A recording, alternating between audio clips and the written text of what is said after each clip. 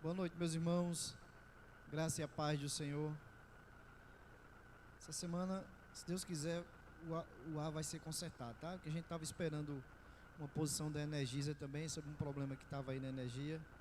Mas com a graça de Deus, próximo domingo vai estar tudo regularizado.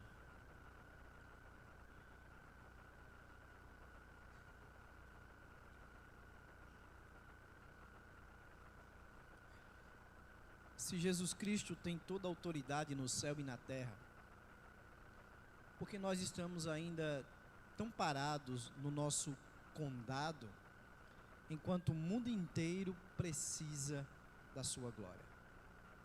Porque ainda estamos tão parados no nosso condado, enquanto o mundo inteiro precisa da sua glória.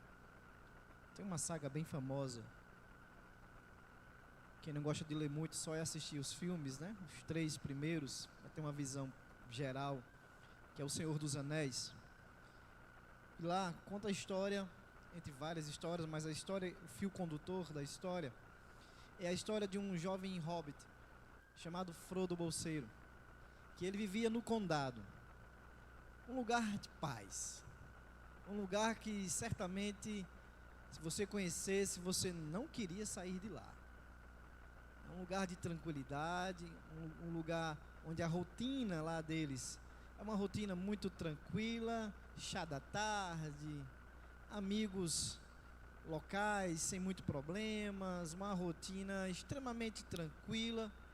Ninguém precisava se preocupar com ladrões, enfim, a maior preocupação deles era quando ia chover. O Frodo, ele tinha tudo que um hobbit ele poderia desejar: conforto, segurança, previsibilidade. Sua toca era quentinha, gramado verde, ou seja, um lugar perfeito, o paraíso na terra. Só que um dia, algo muda a história desse hobbit. Um dia alguém bate na sua porta, o mago Gandalf. O mago Gandalf diz que o anel que Frodo tinha como herança do seu tio, primo, né, o Bilbo, não era um anel comum, não era um anel simples. Era um anel que era um instrumento de um mal supremo. Era um anel que aquele que tinha um poder sobre ele seria capaz de escravizar o mundo inteiro. Então esse anel precisava ser destruído. E para destruí-lo, alguém tinha que cruzar toda a Terra-média. Alguém precisava levar esse anel ao coração de Mordor, a montanha da perdição, lançá-lo no fogo onde ele foi forjado. E esse simples ser, Frodo, um hobbit, ele então aceita essa missão. Ele deixa o seu condado, o seu lugar de conforto, o seu lugar de paz e tranquilidade. Ele abandona tudo isso. Ele sai da sua toca segura. Ele sai dos amigos próximos. Ele sai de uma vida sem riscos. Ele então agora está disposto, mesmo sem saber bem o que o aguardava e o que esperava nessa jornada.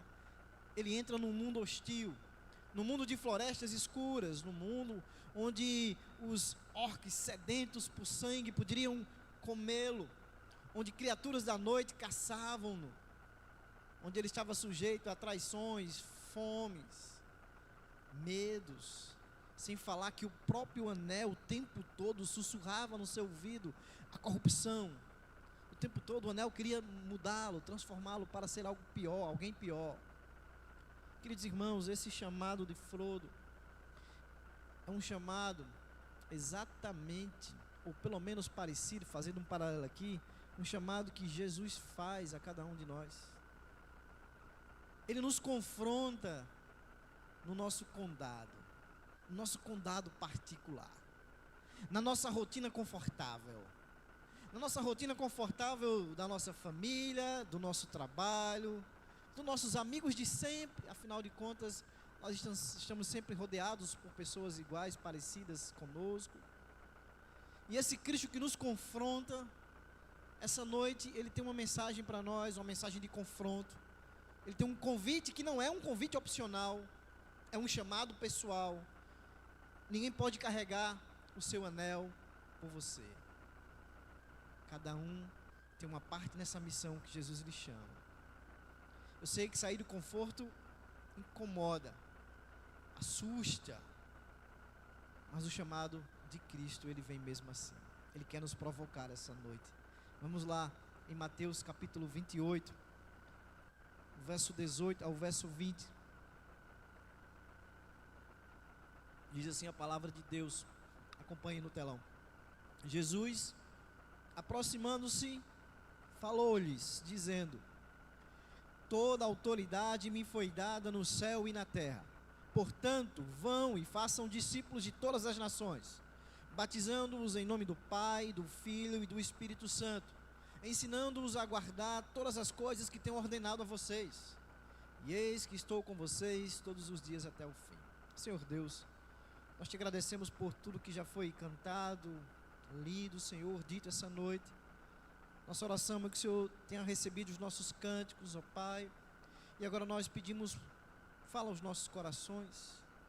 Prepara a nossa alma para receber a Tua palavra e que ela caia na boa terra, fértil das nossas almas e produza frutos para a glória do Teu santo nome, Senhor.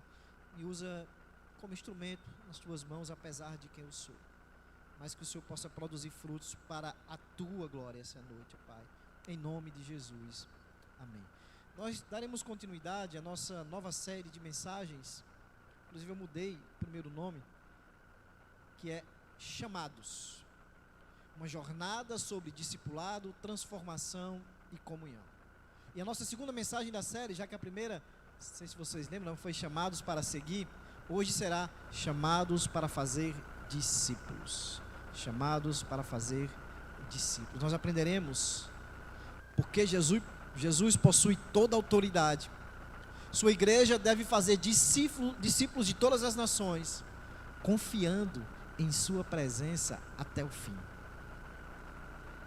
O contexto dessa passagem, onde Jesus encontra os seus 11 discípulos, porque Judas não estava aí, é um contexto em que Maria Madalena, junto com outras mulheres, foi lá no túmulo.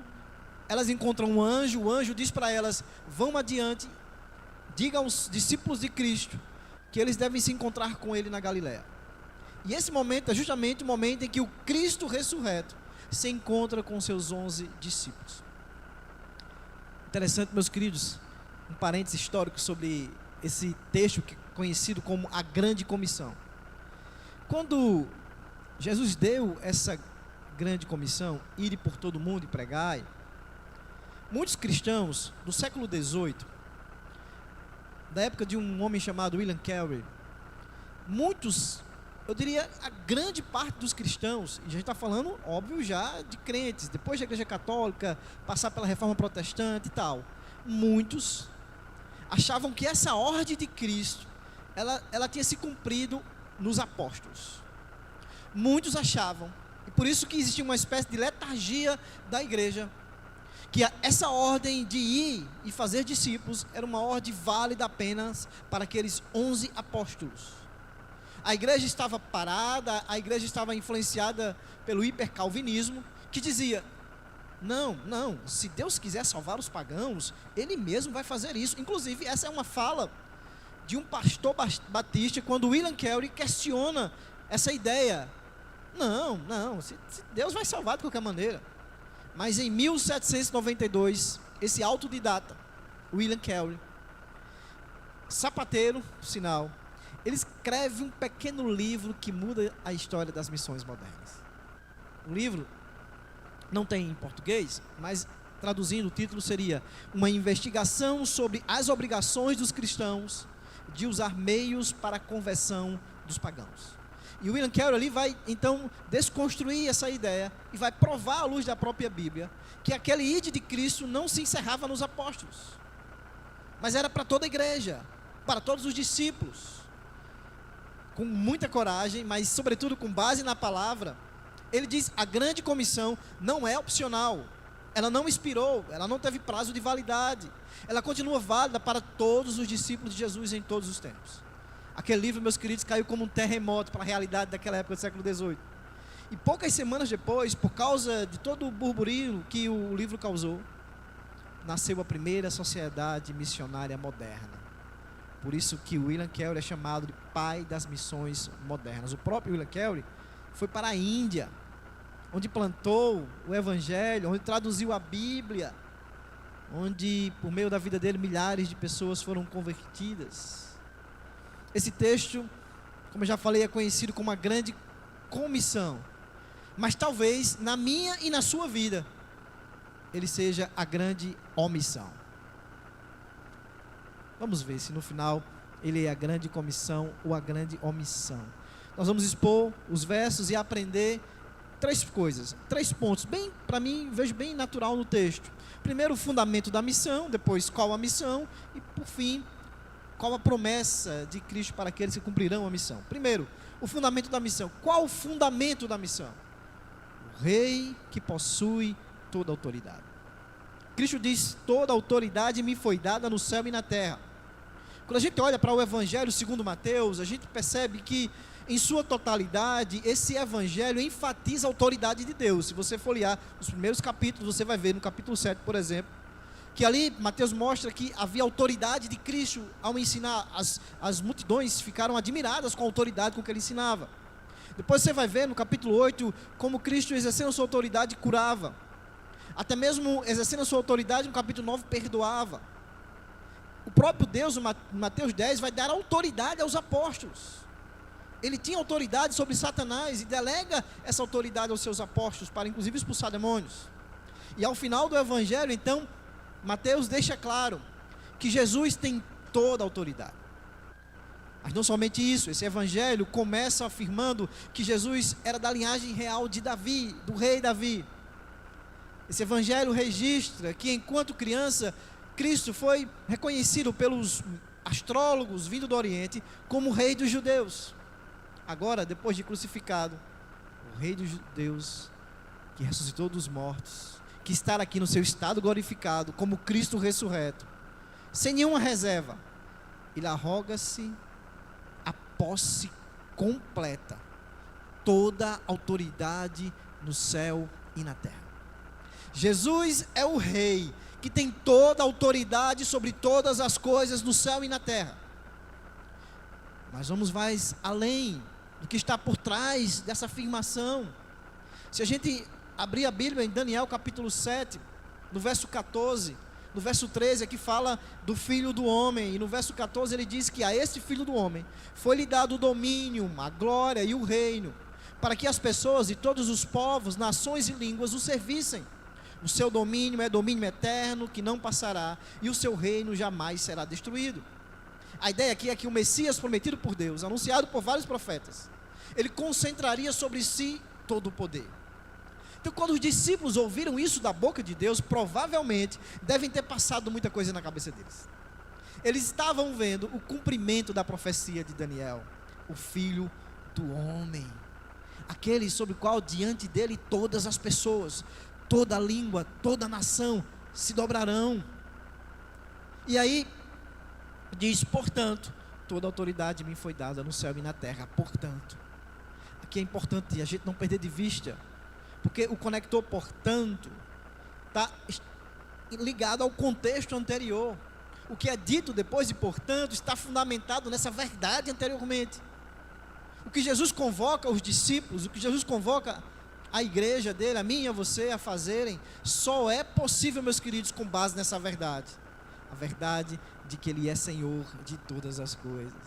A verdade de que Ele controla todas as coisas. Você já viu, olhando pela janela, um raio de sol entrando na sua casa, e você nem imagina quanto poeira ela tinha, né? A não ser que o raio vai lá e ilumina. Sabe esses grãos de poeira? Cada grão de poeira, meus queridos, faz uma trajetória no ar, segundo a predeterminação de Deus. Ele controla cada grão de poeira.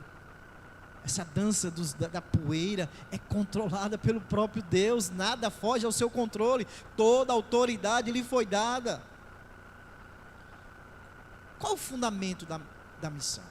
Alguns têm um fundamento da missão, o que motiva a missão, esse senso de paixão pelas almas perdidas, o senso de dever. Mas esses sensos por si só, eles não podem ser suficientes, porque o senso de dever pode nos tornar pessoas ativistas demais. A paixão pelas almas não é um problema, mas ela não pode ser o único foco, meus queridos, porque isso parte de impulsos interiores. Nós não podemos confiar muito naquilo que vem de dentro de nós, porque somos vulneráveis, somos frágeis, temos momentos bons, momentos ruins. Nós precisamos ter como fundamento da missão algo que está além de nós, algo que está fora de nós, algo mais concreto. A motivação bíblica e válida para missões é o fato de que Cristo tem todo o poder,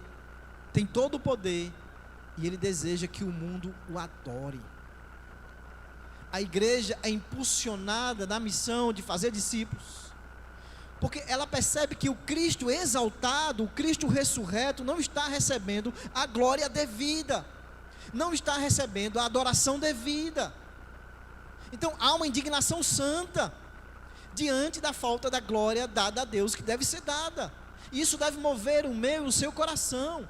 John Piper, falando sobre isso, ele vai dizer: a paixão pela missão ou pelas missões nasce da paixão pela glória de Deus.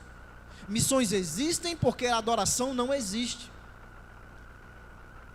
A minha motivação e a sua para fazer discípulos deve ser a motivação da glória de Deus, para que Deus seja adorado, para que Deus seja glorificado. E uma vez, meus queridos, que Cristo tem toda a autoridade, você pode ir sem medo. Vá sem medo. Não importa por onde, não importa, mas Ele vai lhe conduzir. Não importa as circunstâncias que você vai enfrentar, Ele estará no controle de todas as coisas. Por sua morte, por sua ressurreição, Jesus derrotou todos os inimigos. Jesus conquistou para si toda a autoridade. Então a minha, a sua, a missão da igreja, ela tem um forte fundamento. Toda a autoridade me foi dada no céu e na terra. E isso é a garantia, meus queridos, de que a nossa missão, de que o nosso ID não será em vão. Segundo ponto. Primeiro Paulo mostra o fundamento da missão. É o fundamento. Agora ele vai mostrar qual a missão. Missão: fazer discípulos. Pastor, não é ID, não. O ID de Cristo. Na minha tradução diz: portanto, vão e façam discípulos de todas as nações. Meus queridos, a melhor tradução aqui não é id, como a gente aprendeu muitas vezes. No grego seria a ideia de tendo ido, mas tendo ido é uma construção em português que dói nos nossos ouvidos. Então, a melhor tradução, a melhor expressão no português deveria ser indo. E isso faz muita diferença. Especialmente quando você junta aquilo que vem depois.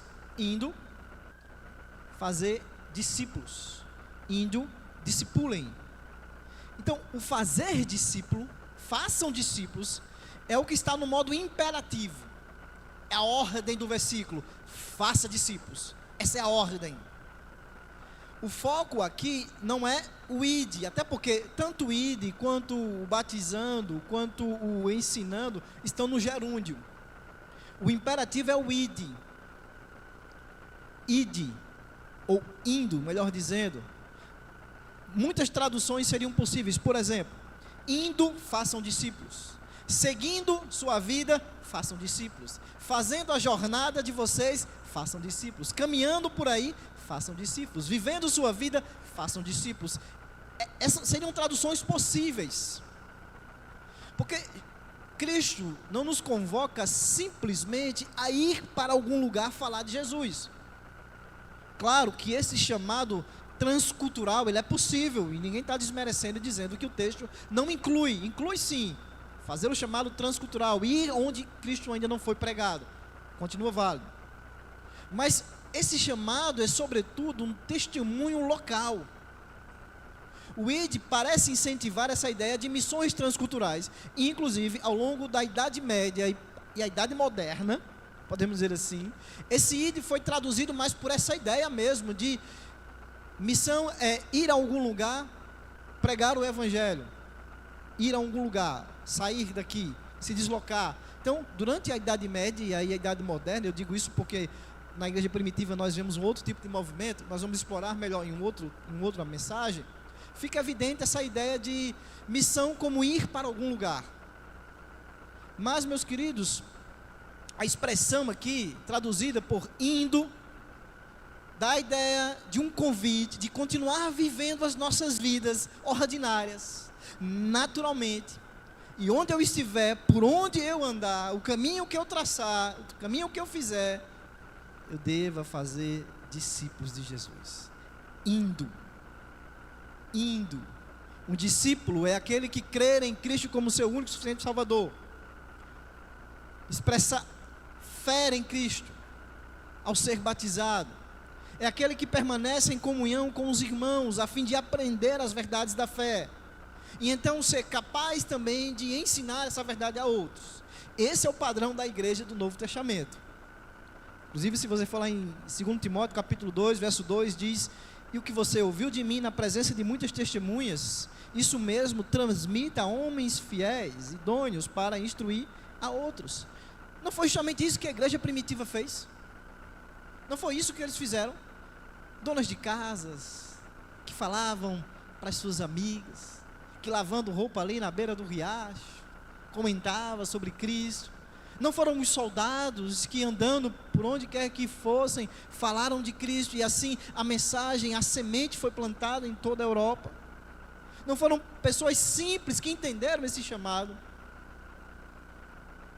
Meus queridos, o texto não é um chamado específico para missionários que vão para longe, mas para todos aqueles que já são discípulos. Os discípulos têm uma tarefa principal em suas vidas: fazer outros discípulos. Essa é a missão mais essencial da vida de todo discípulo. Você não precisa fazer um curso para isso. Você não precisa. Você não precisa aprender técnicas especiais para isso. O teólogo do Sri Lanka, D.T. Niles, ele disse certa vez: evangelismo é um mendigo contando a outro mendigo onde encontrou o pão. É um mendigo contando para outro mendigo onde ele encontrou pão. E aí o texto continua: batizando-os em nome do Pai, do Filho e do Espírito Santo, ensinando-os a guardar todas as coisas que tenho ordenado a vocês. Percebe que as duas ordenanças aqui, batizando, ensinando, elas estão no gerúndio. Elas estão no gerúndio. É porque no grego não tem essa construção do gerúndio em português, mas é algo como fosse parecido com o nosso gerúndio, tá? Então é uma explicação que está em torno, que gira em torno do fazer discípulo. Façam discípulos de todas as nações. Fazendo o quê? Batizando em nome do Pai e ensinando. Em nome do Pai, do Filho e do Espírito Santo, e ensinando a manter tudo que foi ensinado. Então, essas duas ordenanças, elas de alguma maneira complementam, ou melhor, elas explicam os detalhes do processo de discipular. Porque o processo de discipular, ele envolve basicamente duas coisas: batizar, ou seja, incluir na família de Cristo, por meio de um gesto público de fé, que reconhece Jesus Cristo como seu suficiente Salvador. Alguém que começa a viver uma vida dentro da igreja, alguém que é batizado em nome da Trindade, que então passa a fazer parte de uma comunidade. E aí fica difícil para os desigrejados, né? Porque desigrejado acha que é possível ser crente evangélico fora da igreja. Isso não é possível. Mas o discipular, o movimento de discipular também tem a ver com ensino, batismo e ensino. Então tudo que foi aprendido pelos discípulos, tudo que foi aprendido por aqueles discípulos, pelo relacionamento pessoal que eles tiveram com Cristo, deve ser então ensinado aos novos discípulos. E esse ensinamento deve ser na caminhada. Ensinar o que Jesus mandou. É o que Jesus mandou. Não se trata de doutrinas nossas. Não se trata de achismos humanos. É o que Jesus mandou. Não é o que a religião mandou. E ensinar não apenas coisas agradáveis. Claro, ensinar a glória, ensinar a graça, ensinar a misericórdia, mas ensinar também as desagradáveis. O homem é pecador, ensinar a ira de Deus, ensinar sobre o inferno, ensinar que há um preço a pagar, ensinar a guardar, ensinar não apenas decorar versos, decorar doutrinas, mas é obedecer sobretudo, meus queridos, porque o discípulo é aquele que obedece. As pessoas querem conhecer, mas não querem obedecer. Mas Jesus disse: vós sois meus amigos, se fazeis o que eu vos mando. Se fazer o que eu vos mando.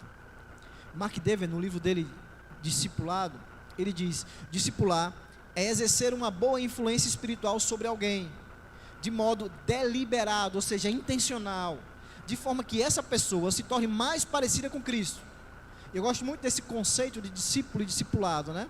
Discípulo é aquele que segue a Cristo, e discipular é ensinar outras pessoas a também seguir a Cristo. E aí Mark Dever diz: parte de nossa obediência consiste em guiar outras pessoas à obediência. A comissão não é fundamentalmente sobre sair do seu lugar, do seu condado, para outro lugar longe. Mas é uma comissão que torna o fazer discípulo a agenda principal da minha vida, da sua vida e da nossa igreja. Gosto muito de um termo chamado igreja missional, e nós teremos uma mensagem só sobre esse tema. Mas basicamente a gente pode reunir ou resumir a ideia de igreja missional como os membros entendendo que cada cristão é um missionário no lugar que ele estiver. No trabalho, na escola, no bairro. A missão não é apenas um departamento da igreja, mas a identidade e modo de viver da igreja inteira. Claro, nós devemos sim enviar missionários, devemos sim apoiar missionários, inclusive a IPG, tentei passar um vídeo depois, tem apoiado um casal de missionários que está na África. Apoiamos eles. Devemos sim, se não podemos ir para longe, apoiemos e fazemos isso.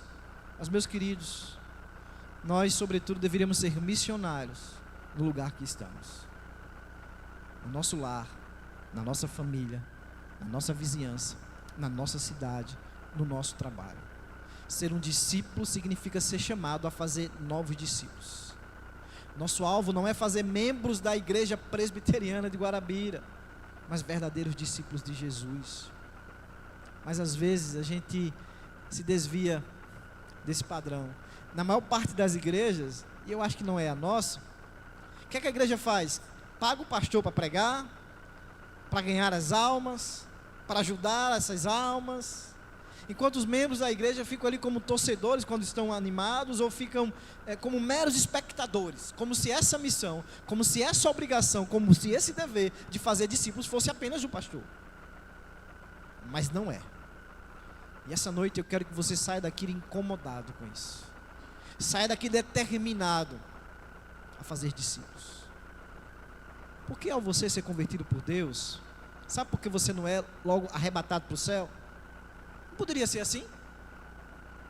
Jesus me salvou, me levou logo para o céu. Sabe por que não, meus queridos? Porque você tem uma missão aqui, e a missão é fazer discípulos. Deus conta não com os anjos, Deus conta com a igreja, Deus conta comigo, apesar de mim, Deus conta com você, apesar de você. Colin Marshall, no livro Treliça e a Videira, ele vai dizer: apenas por ser um discípulo de Cristo e cheio do Espírito Santo da nova aliança, todo cristão tem o privilégio, a alegria e a responsabilidade de estar envolvido na obra que Deus está fazendo em nosso mundo, a obra do Senhor. É nos envolvermos com a obra que Deus está fazendo no mundo, juntando um povo para si. Nós deveríamos nos sentir privilegiados por participar da missão de Deus nesse mundo. Não deveríamos enxergar isso como um fardo, ou simplesmente como um dever que não tem prazer. Gosto muito da Adélia Prado, poetisa brasileira. Ela tem um poema chamado Paixão, e nesse poema ela diz o seguinte: de vez em quando Deus me tira a poesia, olho pedra, vejo pedra mesmo.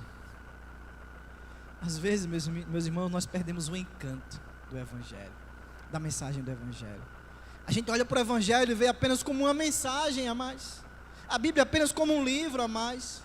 Nós perdemos a noção de que o Evangelho não é uma mensagem comum, meus queridos, mas é a única mensagem que tem um poder de transformar corações de pedras em corações de carne. É a única mensagem que tem poder de fazer o pecador se arrepender de seus pecados e confessar Jesus como seu suficiente Salvador. É a única mensagem que tem o poder de tirar as pessoas do império das trevas e as colocar no império da luz. E por que nós não amamos essa mensagem? Por que nós não assumimos a posição de discípulos que fazem discípulos? Pastor, mas eu não sou um pregador. Eu não tenho muita habilidade com as palavras. Eu concordo, meus queridos, nem todo mundo tem habilidade com as palavras. Mas até os surdos conseguem se comunicar. Ter habilidade com as palavras não é uma condição indispensável para fazer discípulo. Eu sei que tem gente que tem facilidade de chegar a um desconhecido, né? E já começar falando do evangelho, já começar ali provocando, falando do plano da salvação, na fila do banco, no atendente, enfim. Mas nem todos são assim, meus queridos. Eu mesmo não sou assim. Eu preciso de um contexto. Eu preciso de um tempo de conversa. Se for um estranho, eu procuro na conversa ver se eu encontro uma brechinha para fazer uma ponte para o evangelho. Mas eu não tenho facilidade de abordar as pessoas e logo... Eu não tenho. Nem sempre eu vou conseguir, todas as pessoas que eu encontro no meu dia, falar do amor de Deus. Nem sempre eu vou conseguir. Mas o que eu não posso deixar, meus queridos, é de falar. Se eu tiver uma oportunidade, de acordo com as minhas limitações, eu não posso deixar de falar. E você pode fazer isso a partir de hoje. Começando com orando pelas pessoas que você quer que Deus as encontre. Comece a colocar essas pessoas em oração. Sempre que você tiver chance, você cria um ambiente favorável para apresentar o evangelho para o seu amigo, para o seu vizinho, para o seu colega de trabalho, inclusive para pessoas que você nunca viu. Deixa eu desafiar você. Escolha 2 pessoas essa semana. 2 pessoas que você já conhece, de que não conhecem a Cristo. Comece a orar por elas. Peça a Deus que Ele abra uma porta para que você fale de Jesus. Na próxima conversa, uma conversa natural, você faz uma pergunta assim: o que é que você acha que acontece depois da morte? É uma boa conversa? É uma boa pergunta? Ou do tipo: você acredita no céu e inferno? Se a pessoa disser sim, aí você faz assim: o que é que você tem que fazer para ir para o céu então? É uma boa pergunta. É um bom início de conversa para falar do evangelho, para falar da graça de Deus, para falar do pecado humano. A nossa conversa com pessoas que não são cristãs, ela deve ser uma conversa graciosa, mas deve ser de alguma maneira provocativa. E estarmos sempre preparados para dar respostas que tenham ali naquela resposta uma cosmovisão cristã, que provoque outras perguntas, e aí você vai falando do plano da salvação. Pense em lugares que você frequenta normalmente: academia, padaria, escola, sei lá, trabalho, vizinho, casa da amiga. Comece a ser nesse lugar uma presença constante e graciosa, cumprimentando as pessoas com dignidade, perguntando às pessoas sinceramente como elas estão, interessados na resposta, porque muitas vezes a gente pergunta, mas a gente não quer saber da resposta, pergunta por educação. Ofereça ajuda às pessoas, e quando surgir uma oportunidade, de forma natural, vá lá e faça as perguntas que devem ser feitas. Escute, fale. Alguns dizem: pastor, mas não é pregar o evangelho em todo o tempo, mas se necessário usar palavras? Não, porque não é só viver, não basta apenas viver o evangelho. O evangelho não é um bom exemplo, o evangelho é uma notícia, o evangelho é uma mensagem que deve ser anunciada, deve ser falada. Ninguém vai se converter ou ser convertido por Deus ao olhar ao seu testemunho. Ele precisa ouvir o plano da salvação. Ele precisa ouvir que ele é um pecador miserável que precisa de um salvador para a sua vida. Então a missão é anunciar. E a missão é também discipular. São 2 aspectos da missão. Veja, batizar e ensinar. Anunciar e ensinar. Mas o que nós temos feito, meus queridos, como igreja? Temos os nossos cultos, os nossos eventos especiais, os nossos retiros, os nossos encontros. E são bons, são maravilhosos. Mas eu faço uma pergunta: nós estamos formando pessoas que apenas sabem de informações bíblicas somente? Só sabem informações sobre a fé cristã? Será que nós temos de fato produzidos crentes maduros, discípulos de Cristo aqui? Será que nós também como igreja não precisamos urgentemente sermos discipulados? Será? A verdade é que nós influenciamos todos os dias as pessoas à nossa volta, por bem ou por mal. Isso é inevitável. Você vai afetar as pessoas que estão à sua volta. Um pai ausente, por exemplo, influencia seus filhos mesmo que não faça parte da vida deles. Nenhum de nós é uma ilha. Nós sempre influenciamos as pessoas. Você sempre exerce influência. Mas a pergunta é: como você tem usado a sua influência? Quando você passar dessa vida para a eternidade, o que é que você terá deixado na vida das pessoas? O que é que você terá deixado? Fazer discípulos, a missão. Por fim, nós temos a promessa, a presença do rei na missão. Nós temos o fundamento, a autoridade do rei. Nós temos a missão, fazer discípulos. Nós temos a promessa, a presença do rei na missão. Ele diz: eis que eu estou com vocês todos os dias até o fim. Jesus termina a grande comissão não como uma nova ordem, mas como uma promessa graciosa. A missão é grande demais para nós sozinhos fazer, meus queridos, para nós cumprirmos. O mundo é hostil, os desafios são grandes, por isso que Cristo assegura: eu estarei com você. Nós precisamos entender o que é que essa promessa significa, mas também o que ela não significa. Ela não significa ausência de sofrimento. Não é porque Deus estará conosco na missão que nós não sofreremos. A presença de Cristo não quer dizer uma garantia de vida fácil. Olha para a vida dos discípulos, olha para a vida destes 11, com exceção de João, todos os outros foram martirizados.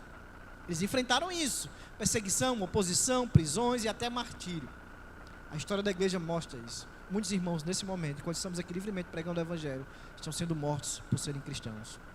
A presença de Cristo não impede o sofrimento, mas Ele acompanha o seu povo em meio ao sofrimento.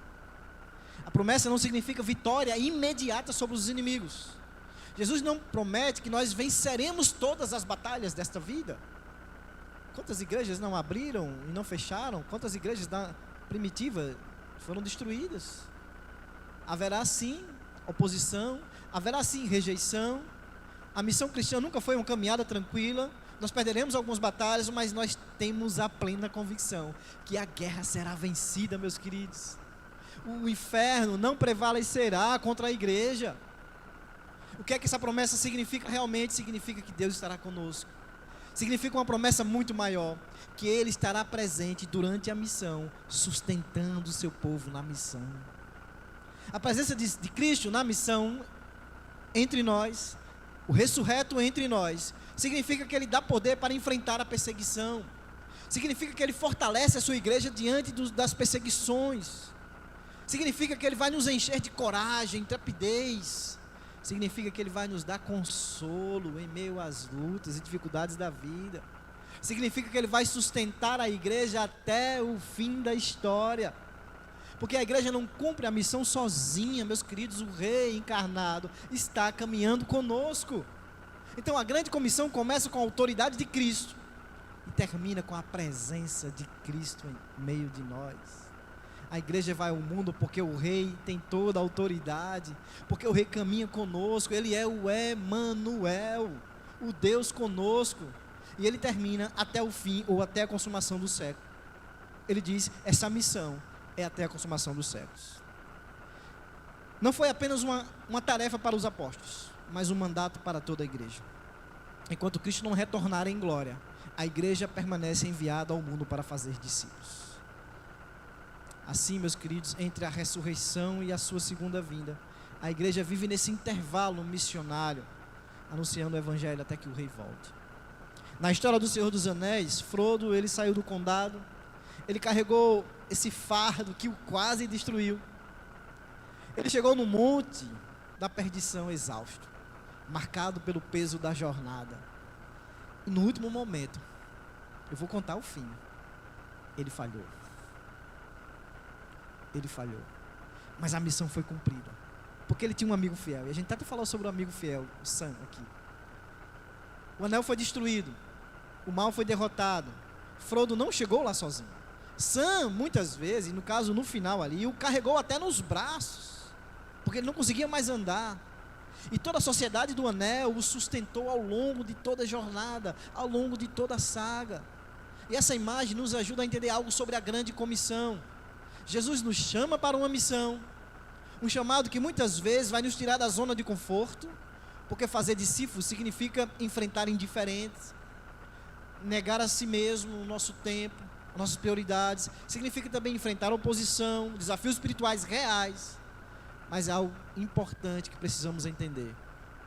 Obedecer a esse chamado não significa necessariamente atravessar oceanos, não significa mudar de cidade. É possível, você tem um chamado para ir para outro país, inclusive a Europa está precisando de missionários, mas nem todos precisam sair do seu condado. Para muitos de nós, o campo missionário começa exatamente aqui, na sua casa, na sua família, no seu trabalho, na sua escola, na sua vizinhança, na sua cidade, onde Deus lhe colocou.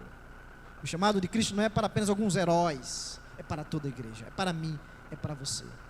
Onde quer que você esteja, meus queridos, você é um enviado para viver o Evangelho, para anunciar a Cristo e para formar discípulos que aprendem a obedecer tudo o que Ele ensinou. E aí Jesus diz: e eu estarei convosco todos os dias até a consumação dos séculos. Ele não nos envia e depois vira as costas para nós. Ele não fica olhando de longe, não. O rei que tem toda a autoridade, ele caminha conosco, sustentando a igreja, sustentando os fracos, levantando os cansados, às vezes levando a gente nos seus braços. Mas no fim nós venceremos, no fim a igreja vai prevalecer, no fim o evangelho será o vencedor, porque a obra não depende das minhas forças, mas da presença fiel de Cristo. Portanto, meus queridos, talvez Deus chame você para ir para muito longe, mas a maioria de nós seremos chamados a permanecer e viver missionalmente. Então deixe o conforto governar menos a sua vida, deixe o chamado de Cristo governar mais.